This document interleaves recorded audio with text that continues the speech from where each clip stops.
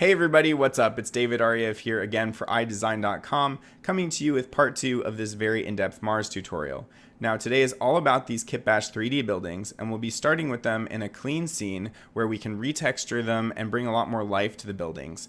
Then we'll be moving them over to our previous environment and integrating them into the landscape, as well as doing a bunch of lighting techniques that should highlight the buildings and bring out a lot more mood and atmosphere. Now, to quote anyone who's ever posted a render on the internet, I hope you like it.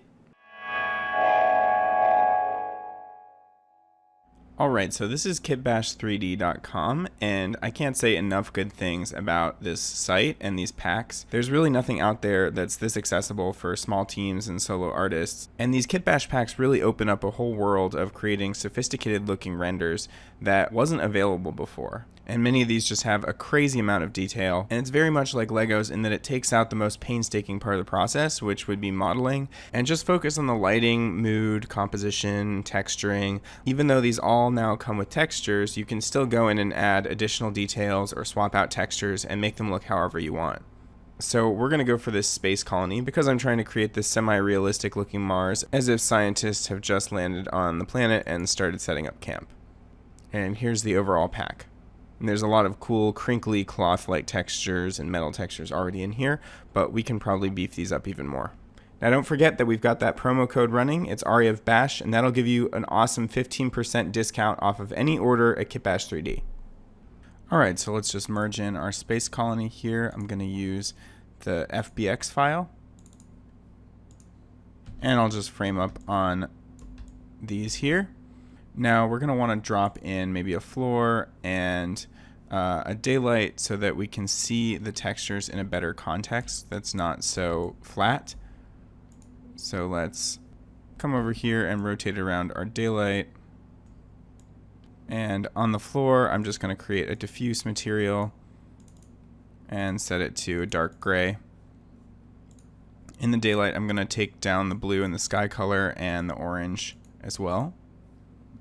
Okay, so first off, we can grab all of these and go to materials, convert materials, and materials remove unused materials. So now they're all Octane textures. And right now all of these are set to diffuse, which isn't going to give us the nicest result. So let's go in and change a few things. I like this angle on the daylight a bit better. So the first obvious thing to do is change this glass color. So here it says glass, but it's not. So let's just select specular. And let's also make sure we're looking at this in path tracing, and then set the GI clamp down to 1. And here under fake shadows, I'm going to turn that on, which will just brighten up the glass a bit. Alright, let's jump out here and deal with something like these textures, which are particularly ugly looking right now.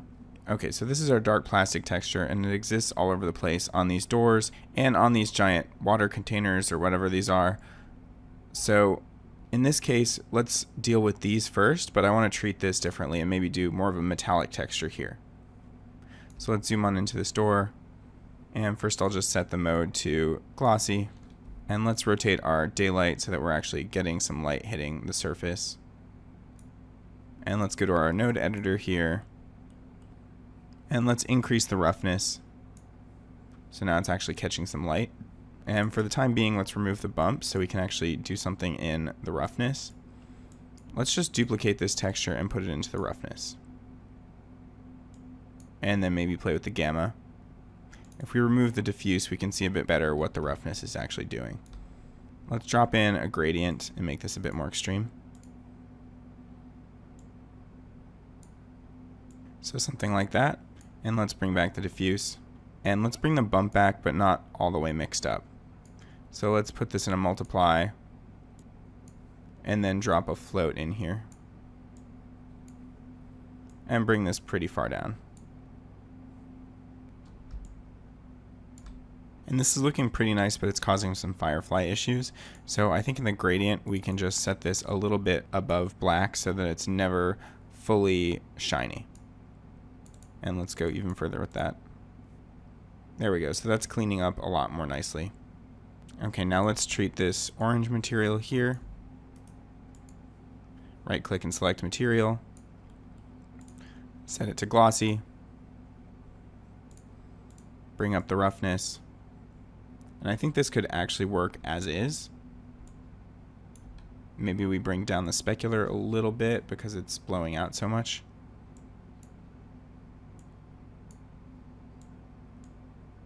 That works for me, though over here, this one's got a lot of repetitions that I don't like. So if we select this object and hit our scroll to first active, you can also just get to this with Shift-C, scroll to first active. I've also got it set up as Alt-S. Now we can just select this individual material and scale it up here. Now we're seeing less tiling. Now if we want, we could throw color correction down here. And we could shift the hue and down on the saturation. Something like this might actually work better in our Mars environment since everything else is orange already. This might create an interesting color hit and draw our eye to the city more, but we won't really know until we're in context. So with this texture here, let's select this material. And again, let's choose glossy. And let's rotate around the daylight to maybe a better angle. So if we were back at diffuse, you can see there's no additional highlights here, but on glossy, it's a bit nicer, but we just need to up the roughness and bring the specular way down.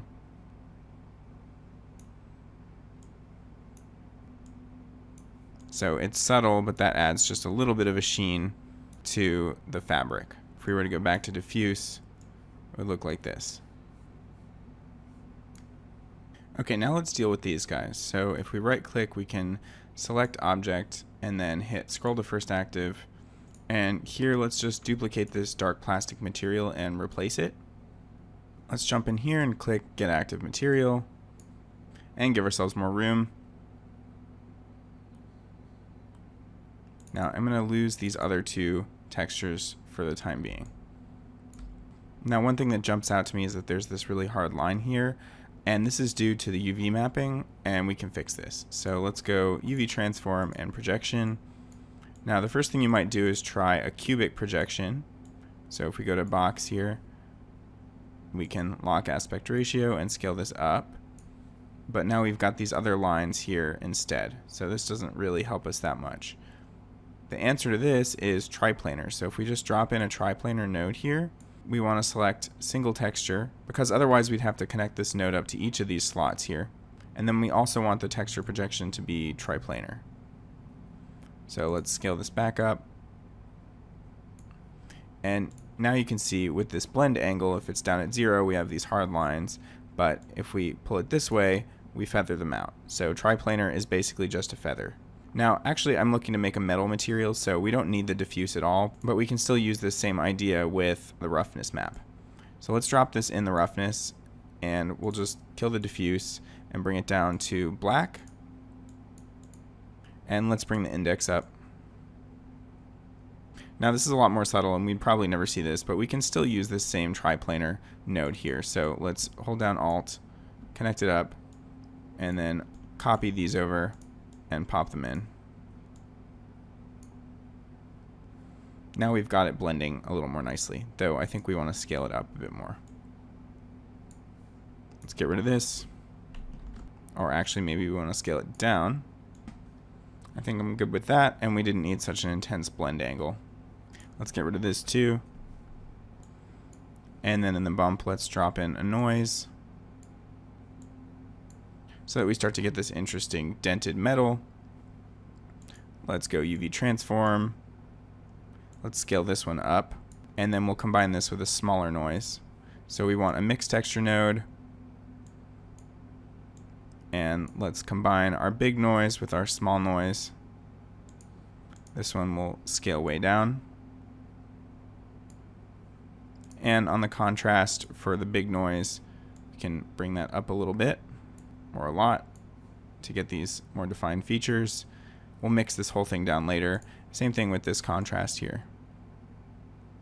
Now it's just blending 50-50, so we actually want a third noise that will define where we're seeing the big noise and where we're seeing the small noise. So let's just duplicate this, put it into the amount, and now you can see we're getting patches. So let's make this one even bigger. And then we really want to boost the contrast on this, so these will be perfectly defined areas. And let's scale this one up a bit more too. There we go, I'm liking that a bit better. Now let's add in a multiply and a float. And bring this on down so it's a little more subtle. Cool, and we can change maybe the specular to more of a copper.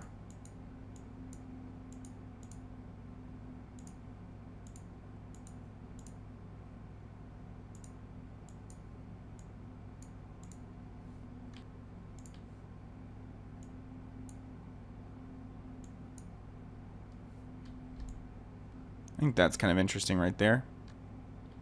Though maybe this one needs less contrast. So I'm seeing a lot of repetitions here, so let's select Object, scroll to First Active, and then set this one to 300 by 300. Rotate the daylight around so we can see what's going on. That's definitely better. Let's select this material as well. We can just take this and drag this on top here. Okay, let's fix up this white plastic material. This one also needs to be glossy. And let's increase the roughness. Let's ditch the bump for the time being so we can see what's going on. And let's bring in another texture for the roughness. I'll go to my polygon overlays. And this metal grime could be cool. Let's do this one.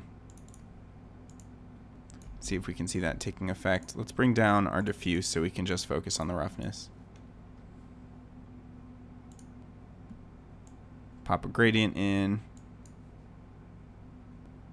And crunch these down a bit. Bring this one up.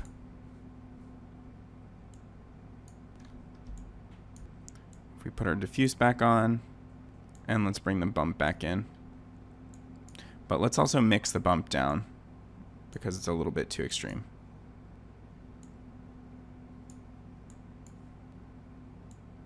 So I think that's more interesting.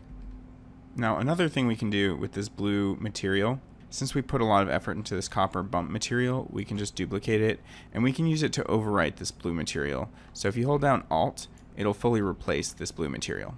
So that's cool, but now maybe if we want to distinguish it and bring back the blue, we can just go to our specular tab and shift this to blue. Maybe somewhere around there. And areas like this on the ramp where we're seeing texture repetition, let's just fix that. Select Object, scroll to First Active.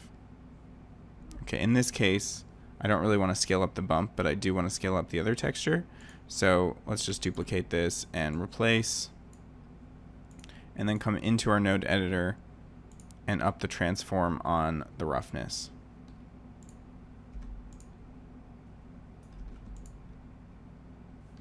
So that works for me. And finally, I want to fix up these solar panels. So let's select Object, scroll to First Active. It looks like there are glass panels over top of every one of these, so let's duplicate the glass and replace it.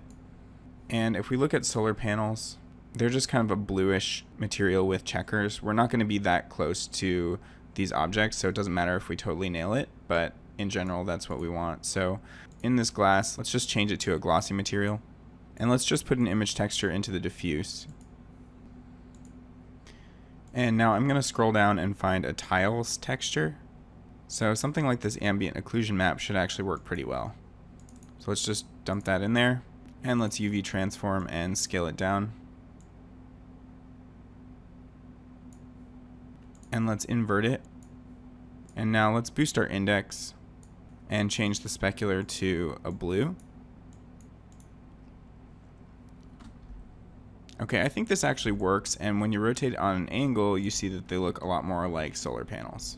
So they call this a kitbash for a reason. For instance, let's take one of these X joints here and bring it back.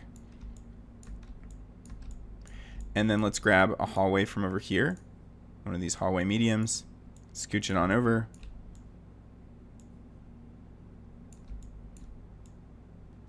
And all these pieces are designed to line up really nicely. Then we can even look over here at one of these habitats, maybe this for instance, and bring it on over.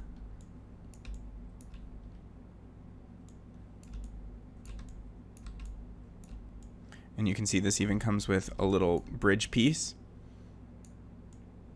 Now some of them over here don't, like if we look at some of these on platforms, let's grab this one.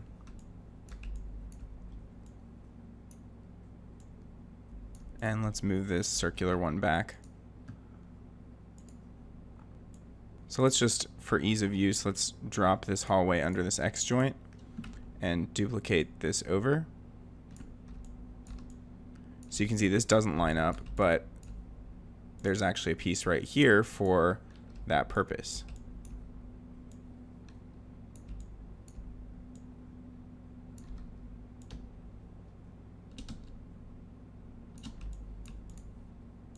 Let's scoot this over, and let's also move this underneath the X joint, and let's duplicate this up as well, and let's move this up to the top so we've got all of these three together, and let's scooch this over.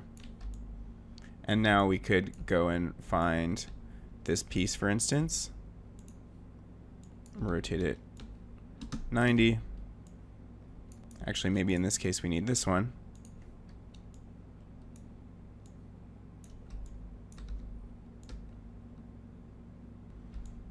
And we could scale it up a bit just to cheat it in there. And hold down Control and duplicate this again. And maybe we actually scale this one down slightly. Push it forward, move it up.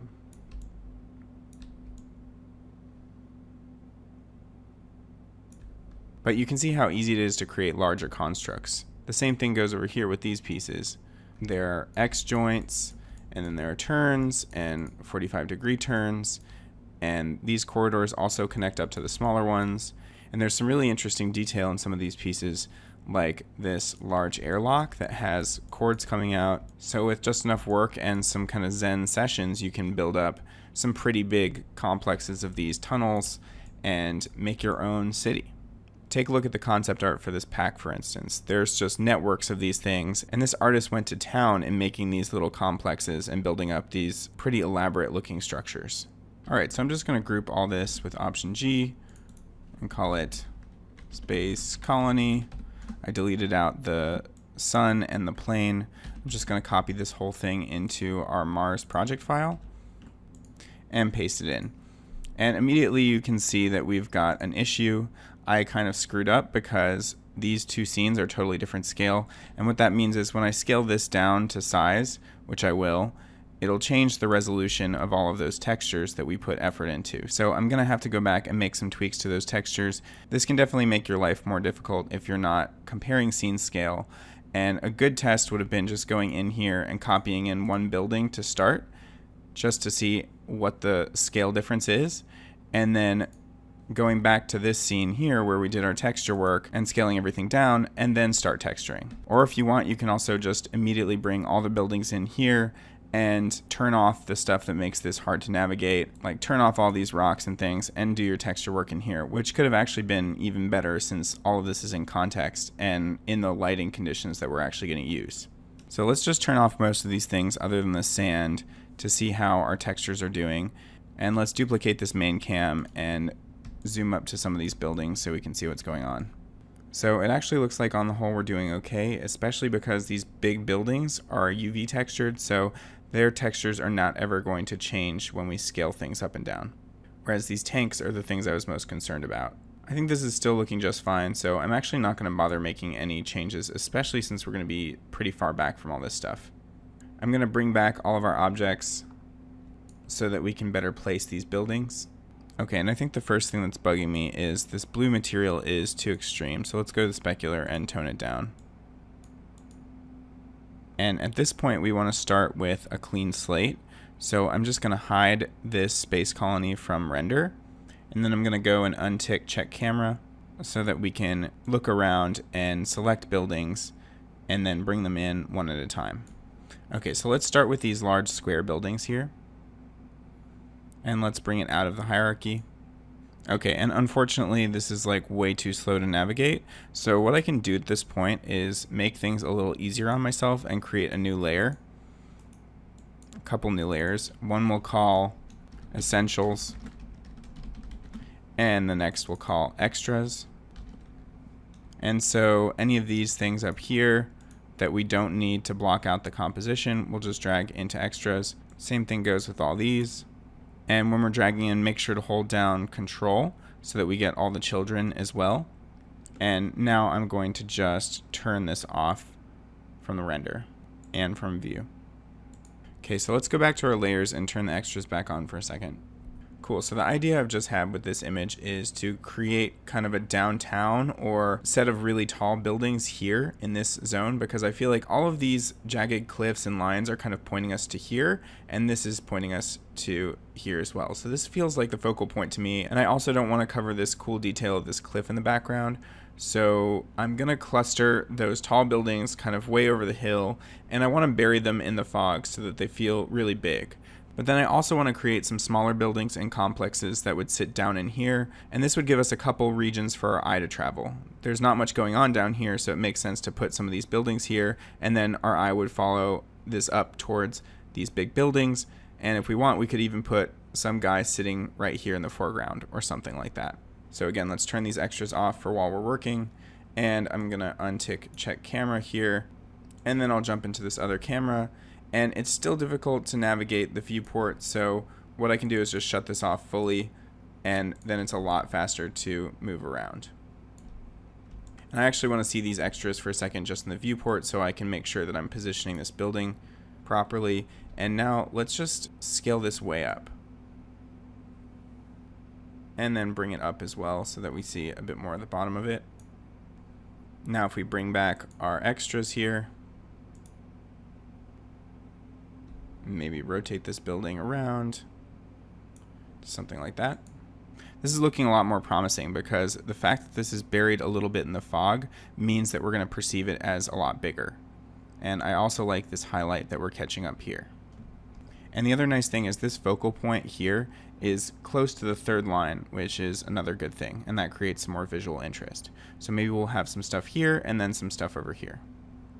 Okay, I'm going to place several more buildings and then we'll come back to check this out. Alright, we're back. So you can see I've made a bunch of changes. I've placed all the buildings for this kind of downtown area here, and I've lengthened a lot of them to make them feel a little bit taller and more epic. So I've just scaled them on the y-axis.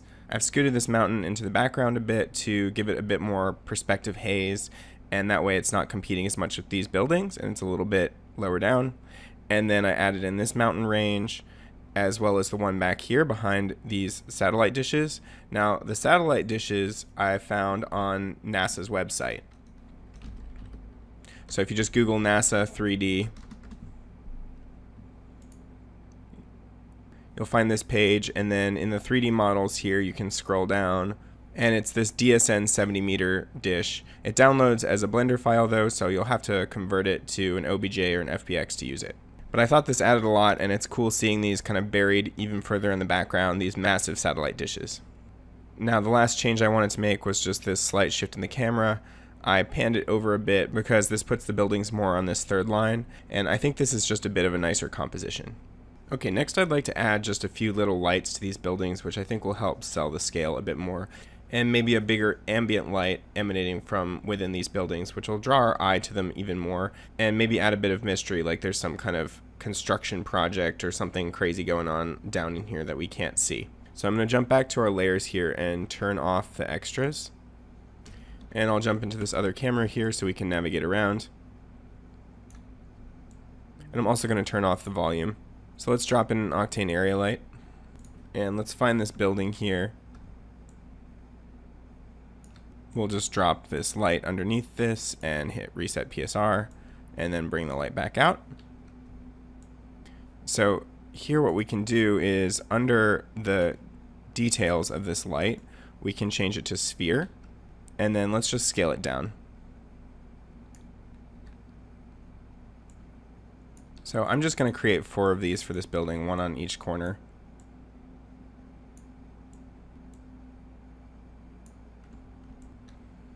Now let's see what that's doing from our hero camera perspective. And we'll turn back on our volume. I think these all need to be a bit smaller, so we can scale them all down at once from their own axis if we turn on per object manipulation. If this isn't on, they'll scale down as a group like that. But if you turn this on, then each of them will scale down on its own axis. And let's maybe move these up. Let's move them back a little bit. And then let's scale them back up because I think we've gone too far. And when I crank up the power really high, these become a little bit more interesting. Let's also try shifting the temperature. And then in our Octane camera tag, let's just turn up saturate to white so we get a white hot center on these. Now, I don't necessarily want these to be casting so intensely on these other buildings. So if we go back here, we can just untick visible on diffuse, visible on specular, and cast shadows. And now we're no longer getting this intense casting on these other buildings, which is good. We just want these to show up as little bright spots. So I'm going to pause while I go ahead and add these to other buildings, and then I'll come back. Alright, so I've added in a few more buildings here, a couple tanks, and a bunch of little lights all over the place. Next, let's add in some more ambient lights in here and maybe some underneath this tank here just to highlight some additional details. Alright, so we can just take one of these point lights and duplicate it and then scale it way up.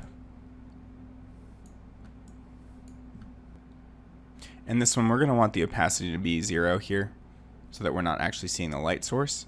And let's have it visible on diffuse, visible on specular, and cast shadows. And I'll go back to my layer and turn off the render extras here so that things go a bit faster. And then I'll just bring this on down somewhere in the middle of all these buildings. Let's go back to our main cam here. You can see that's way too powerful and crazy, obviously. But let's turn off check camera so we can navigate around and make changes here, but see everything from the hero viewpoint. Let's take the power of this light down to 400. 40. And now let's move it a little further back and see what different effects we get. I think I like that, but let's see what it looks like at a more neutral color. Or maybe even a bluish color. Okay, I don't like the blue, so let's go back here. Okay, I think I'm liking it around 6000 as this slightly artificial bluish light, but not too crazy blue. Though I'm going to continue playing with the position so that it's maybe not illuminating this front face as much and see what we can do here. Okay, so that's kind of cool. I'm going to duplicate this and see what happens if we bring it over here as well. And that's obviously way too bright, so let's just scale these down, both of them. And when we scale these down, they get dimmer and they don't cast as far, which also helps the scale of the scene. So especially this one I want to make small. Maybe a bit bigger. So I like this where there's just a little bit of blue casting from on the ground behind this building. Let's try duplicating this smaller light around to different areas.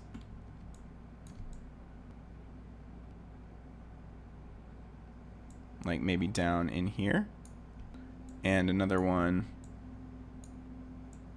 on this side. And this kind of thing is an interesting detail that brings out the shape of this a bit more. Though in this case, maybe I don't like that it's casting so much here. I like this detail, so maybe we'll change this from a spherical light to a rectangle. And that way we can just point it the direction we want. Let's bring it a little bit closer here to this tank. And it looks like I pointed it the wrong way around, so let's flip it 180. And I'll turn it slightly this way so it's not casting here as much. Maybe I'll lengthen this out actually so that it's hitting the back of this building as well. And then we're probably going to have to reduce the power.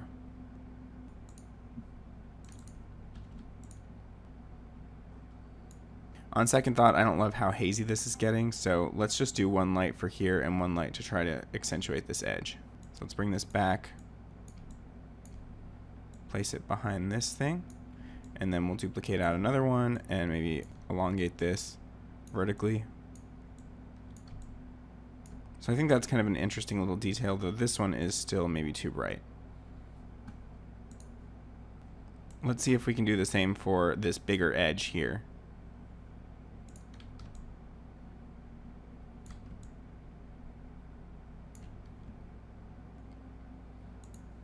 See, now that's starting to look kind of cool. So I'm going to go through and do this process to the rest of the buildings and find little areas that I want to highlight, and I'll come back to you in a bit. Alright, so I've added in a bunch more lights and brought out as many of the details as I could, added in this additional building and put this rim light on it, and let's take a look at what we've done so far. So here's without any of the lights that we put in. So here's the before and after. So that's adding in a lot of nice little details there. Alright, next I'm going to go and add in a bunch of little buildings down here, all the lower lying type buildings.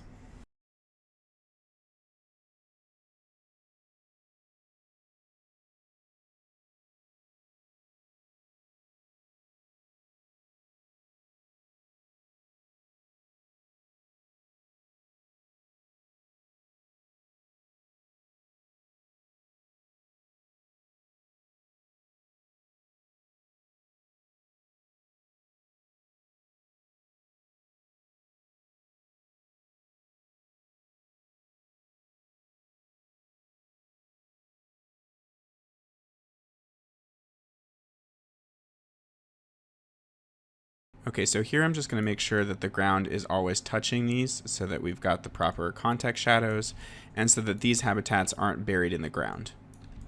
So I use MC for that, and then again I want to make sure I'm on normal mode.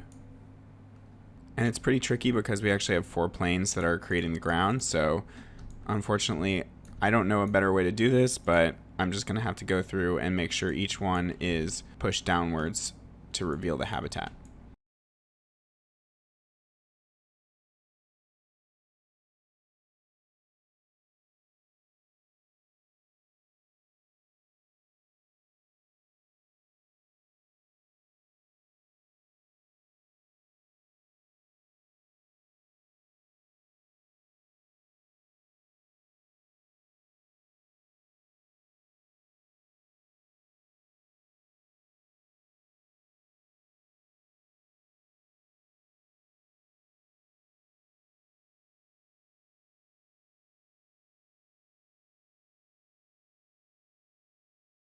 So I just found another composition that I'm liking a lot, and this makes these background buildings and these satellite dishes feel a lot more massive. And this could be great for adding in like your little Beeple's people or whatever spaceman or Mars rover you want.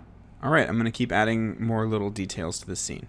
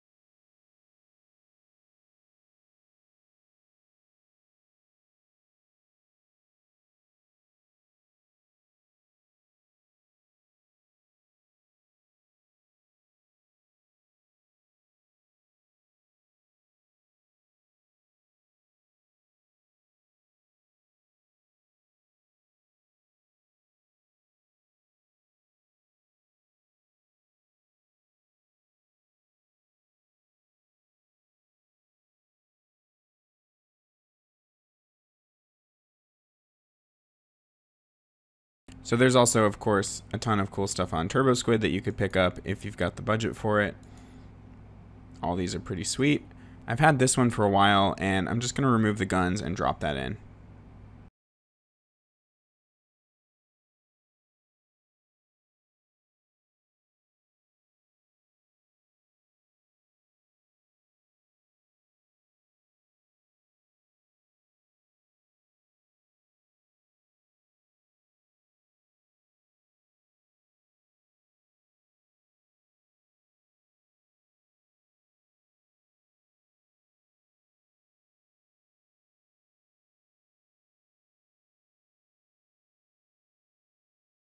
Alright, so I've added in those sci-fi vehicles, and now I'm going to find my space dude and add him in too. And if any of you are wondering, this is the model here that I used on my space music video a couple years ago.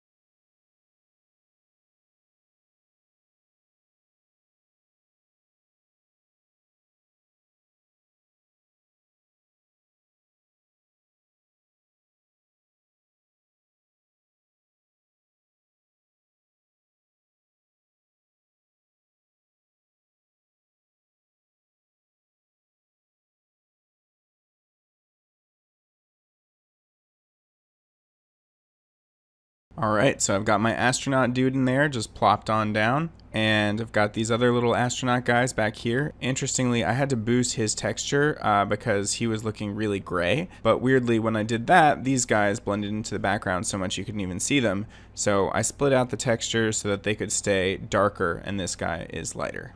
And the other really obvious thing was he was super out of focus, so I took down the shallow depth of field, and then I realized that the scaling on this sand texture was a bit too large, so I brought it down to half size, and now it's looking a lot better.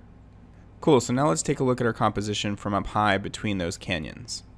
Alright, here's where I got with this composition. I changed the scaling on the cliffs so that there's more detail, and I also boosted the noise displacement here and changed this one away from Hamma, which was causing some distortions, into a regular noise, which just gives it more of a curvy kind of flow. Now I've also gone and placed a bunch of extra lights down in this smaller colony area here, and I don't necessarily like it that much with this strong sunlight on, but remember we saved out a nighttime look earlier, so let's navigate over to that. So this scenario took a lot longer to render because it's a bunch of little lights in a dark environment, and that's kind of a nightmare scenario with unbiased rendering, but the results are kind of worth it in this case. I think this is a really interesting and different look, and this kind of setup is where you can really go to town with your lighting and emphasize tons of little shapes and edges, and the more you put into it, the more complicated and interesting it ends up looking. Alright, congrats you guys, you got through it, and I hope you really learned a lot. And as always, feel free to tag me if you do any kind of Mars or Kitbash3D render using these techniques. I love seeing what you guys build with this stuff. And one last shout out to the Ariev Bash promo code. If you want 15% off, definitely enter that in. So that should be a sweet deal for you guys. And as always, keep calm and render strong. Or something like that. That's maybe an expression, right? See you guys later.